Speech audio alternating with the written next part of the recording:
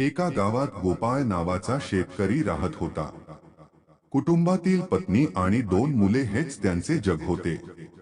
आपला उदरनिर्वाह करण्यासाठी त्याने आपल्या छोट्याशा शेतात पिके घेतली आणि ती विकून तो स्वतःसाठी आणि आपल्या कुटुंबासाठी 2 वेळचे जेवण मिळवू शकला.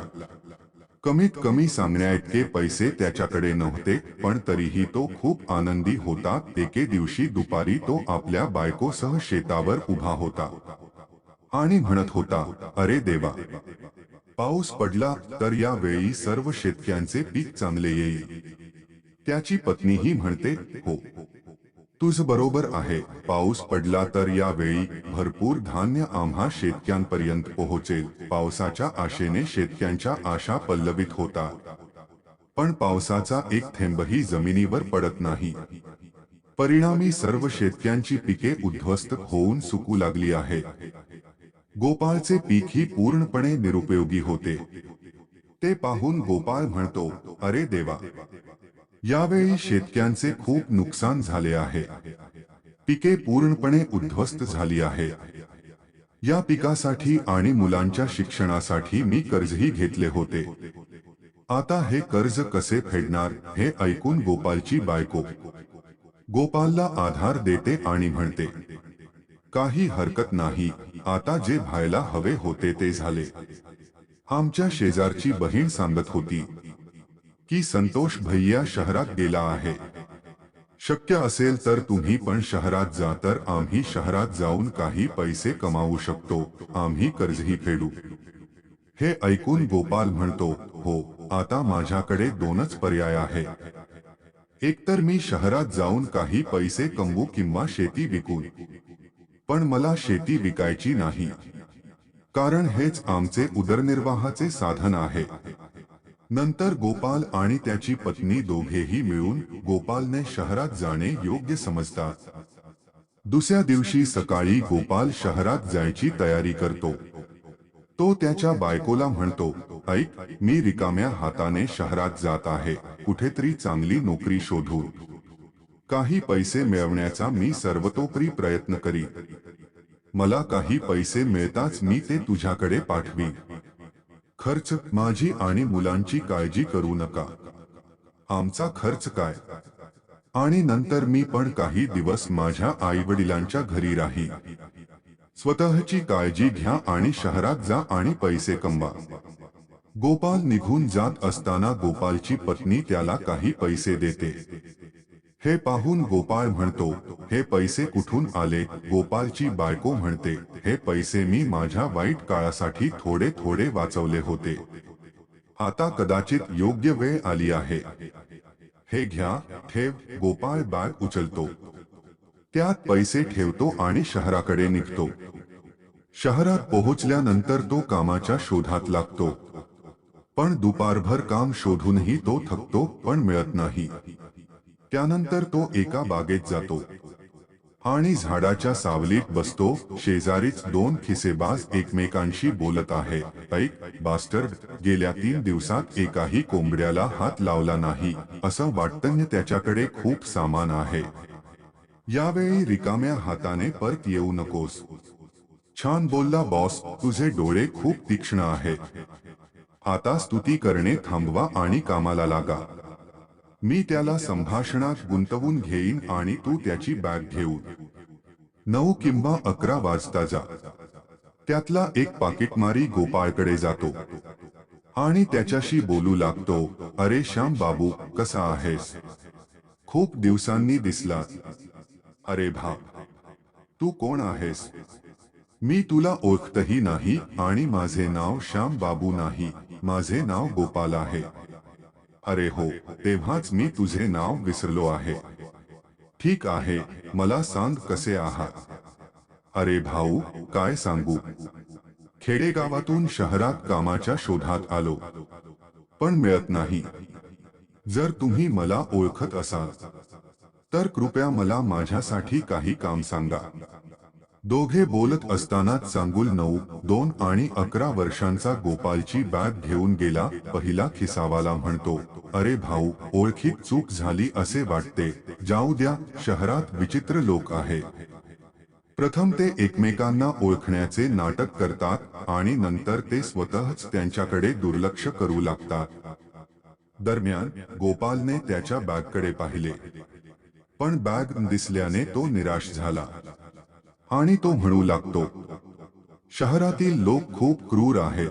ते गरीब माणसाची झोळीही सोडत नाहीत. त्याला मदत करण्यासाठी तो देवाला प्रार्थना करतो. इतक्यात गोपाळच्या मागून वेदनादायक आवाज येतो, आम्हाला वाचवा, आम्हाला वाचवा. तो आवाज ऐकून गोपाल मागे वळला आणि त्याला एक जखमी व्यक्ती जमिनीवर पडलेली दिसली. त्याच्या आजूबाजूला लोक फिरत आहेत, पण त्याला कोणी साथ देत नाही. गोपाल ताबडतोब जाऊन त्या व्यक्तीला बसवतो आणि त्याची जखमी अवस्था पाहून त्याला तातडीने रुग्णालयात नेण्याची व्यवस्था करतो. तो त्याला दवाखान्यात घेऊन जातो आणि डॉक्टरांशी बोलतो, डॉक्टर साहेब, त्याच्याकडे बघा, तो खूप जखमी आहे आणि वेदनांनी ओरडत आहे. डॉक्टर त्या व्यक्तीची प्रकृती पाहून सांगतात, लगेच उपचार सुरू केले पाहिजे. यासाठी तुम्हाला काउंटरवर काही पैसे जमा करावे लागतील.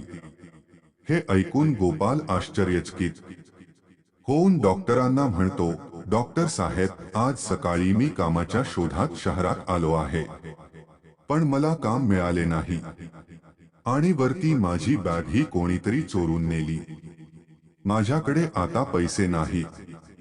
मी स्वतः कामाच्या शोधात भुकेने इकडे तिकडे फिरत होतो, पण नंतर मी त्याला जमिनीवर जखमी अवस्थेत पडलेले पाहिले आणि मी त्याला रुग्णालयात नेले. डॉक्टर त्या व्यक्तीवर ताबडतोब उपचार सुरू करतात आणि काही वेळाने बाहेर येतात. तेवढ्यात गोपाल त्याच्या खिशातून एक पर्स काढतो, जी जखमी माणसाला हॉस्पिटलमध्ये आणताना त्याच्या खिशातून पडली होती. तो डॉक्टरांना दाखवतो आणि म्हणतो, या डॉक्टरला घेऊन जा, ही त्याची पर्स आहे. मी ते उघडलेही नाही. एक नजर टाका, कदाचित त्यात पैसे असतील. डॉक्टरांनी ती पर्स तपासली असता त्यामध्ये अनेक ओळखपत्रे आणि क्रेडिट कार्ड आढळतात.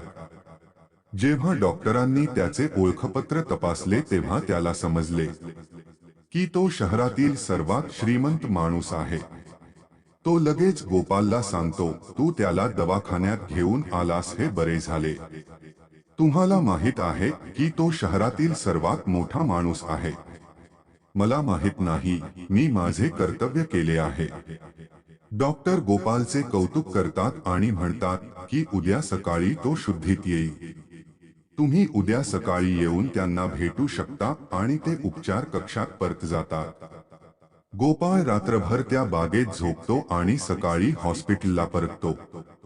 गोपाळ डॉक्टरांना विचारतो, डॉक्टर साहेब, आता त्यांची तब्येत कशी आहे? डॉक्टर म्हणतात, आता एकदम ठीक आहे, तुम्ही त्यांना भेटू शकता. डॉक्टर गोपालची त्या व्यक्तीशी ओळख करून देतात आणि म्हणतात, हे गोपालजी आहे, त्यांनी तुमचे प्राण वाचवले आहे. त्यानेच तुला जखमी अवस्थेत दवाखान्यात आणले होते. हे ऐकून गिरधरजी, जखमी व्यक्ती, म्हणतात, माझा जीव वाचवल्याबद्दल धन्यवाद. तू कोण आहेस आणि काय करतोस? तेव्हा गोपाळ म्हणतो, मी गावातून शहरात आलो आहे, चांगल्या नोकरीच्या शोधात, पण आजपर्यंत मला काहीच काम मिळाले नाही. माझ्यावर कर्ज आहे. त्या कर्जातून मुक्त होण्यासाठी मी पैसे मिळवण्यासाठी शहरात आलो आहे. इतक्या संकटात असतानाही या व्यक्तीने मला दवाखान्यात आणले. हे विचार करून गिरधरजी आश्चर्यचकित होतात. ते म्हणतात, या काळातही तुमच्यासारखा चांगला आणि प्रामाणिक माणूस आहे हे जाणून मला खूप आनंद झाला. एक काम करा, मी उद्या निघालोय. म्हणजे तुम्ही उद्या सकाळी नक्की या, माझ्याकडे तुमच्यासाठी एक उत्तम काम आहे. गोपाल त्याचे आभार मानून तिथून निघून जातो आणि दुसऱ्या दिवशी त्याच वेळी हॉस्पिटलमध्ये पोहोचतो. हॉस्पिटलमधून दोघेही गिरधरजींच्या घरी निघाले. घरात प्रवेश करत असताना गोपालला त्याचा मोठा वाडा आणि मोठमोठ्या गाड्या पाहून आश्चर्य वाटते आणि हा माणूस किती श्रीमंत असेल. गोपाळ आत जाऊन सोफ्यावर बसतो. मग गिरधरजी त्या सेवकाला पाणी आणि त्याच्यासाठी काहीतरी खायला आणायला सांगतात. गिरधरजी म्हणतात, गोपाल, तोपर्यंत तू खाऊन पिऊन घे, तोपर्यंत मी 10 मिनिटात येतो.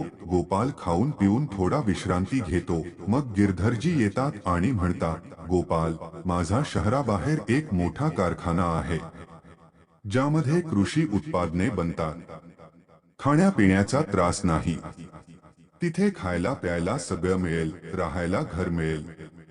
तुम्ही सहमत असाल तर तुम्ही हे काम करू शकता. गोपाल म्हणतो, ही माझ्यासाठी खूप चांगली गोष्ट आहे. असो, मी एक शेतकरी आहे, मला शेतीची चांगली माहिती आहे. हे काम मी चांगल्या प्रकारे करू शकेन. गिरधरजी म्हणतात, जर तुम्हाला हवे असेल तर तुम्ही तुमच्या कुटुंबालाही घेऊन या आणि इथे राहू शकता. गिरधरजी गोपालला काही पैसे देतात, जेणेकरून तो त्याचे कर्ज फेडू शकेल. मग गोपाल गावी जातो आणि कर्जाची पूर्ण परतफेड करतो आणि कुटुंबासह शहरात परततो. गोपालच्या 2 मुलांच्या शिक्षणाचा खर्च गिरधरजी स्वतः उचलतात आणि त्यांच्या जेवणाची आणि निवासाचीही काळजी घेतात.